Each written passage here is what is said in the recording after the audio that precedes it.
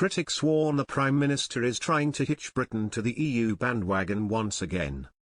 For many people, January 31, 2020, is etched into their memories, the historic day when Britain finally left the EU after 47 years membership.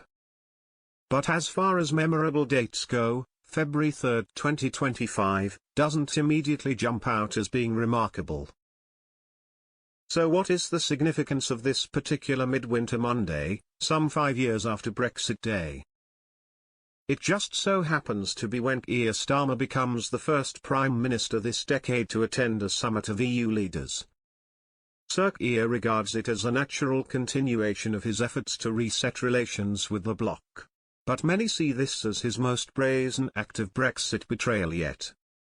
Since he entered Downing Street last July, the Labour leader has systematically worked his way through an ever-growing list of ways to hitch Britain to the European bandwagon once again.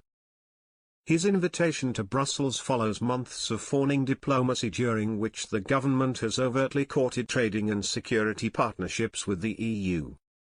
Senior ministers have made several visits to meetings of their European counterparts, with Rachel Reeves becoming the first Chancellor since Brexit to attend a meeting of EU finance ministers this week, while David Lammy met with foreign ministers earlier in the year.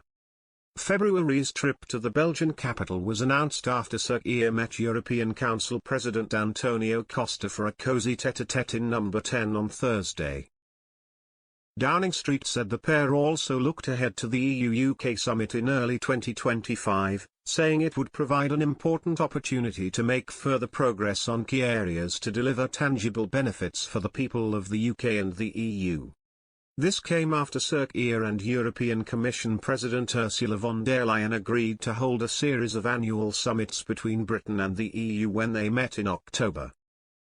In a public show of his desire for closer ties with Brussels, the Prime Minister boldly declared he was putting our relationship with Europe on a more solid, stable position. That's what the British people want. Then and now, Sir Keir's wish list is a long one. He wants closer cooperation on defence and security, including energy security, as well as on climate change, illegal migration, and on delivering economic growth. He claims he won't rejoin either the EU, the single market, customs union nor freedom of movement. Sir Keir says he wants Brexit to work in the UK's interest. But the signs are that he is trying to unpick as much of it as he can, stitch by stitch. Late one Friday night around 3 weeks ago, the government snuck out a job ad to hire a new negotiator to help deliver a reset of relations with Europe. They will be paid up to £200,000, more than the Prime Minister himself, and with a gold-plated pension contribution of £44,324, to schmooze Eurocrats. The catchily titled Second Permanent Secretary for European Union and International Economic Affairs will be required to oversee and lead policy development on trade, including the Windsor Framework, the Trade and Cooperation Agreement, the Entry and Exit Scheme, a new upcoming digital EU border scheme, and other border policy questions. Downing Street has also been forced to distance themselves from claims of a surrender squad being set up within Whitehall to reverse Brexit. Dozens of officials have reportedly been drafted to work on the PM's reset ahead of formal talks with the EU. Sir Keir has previously said he would seek a better deal with the EU on trade than the one negotiated by former Premier Boris Johnson in late 2020. Through gritted teeth, he has also been at pains to say that resetting does not mean reversing Brexit. But Sir Keir has a big problem. A big Donald Trump-sized problem. The President-elect's senior economic advisor Stephen Moore has said the UK has to choose between the European economic model of more socialism and the US model, which is based on a free enterprise system.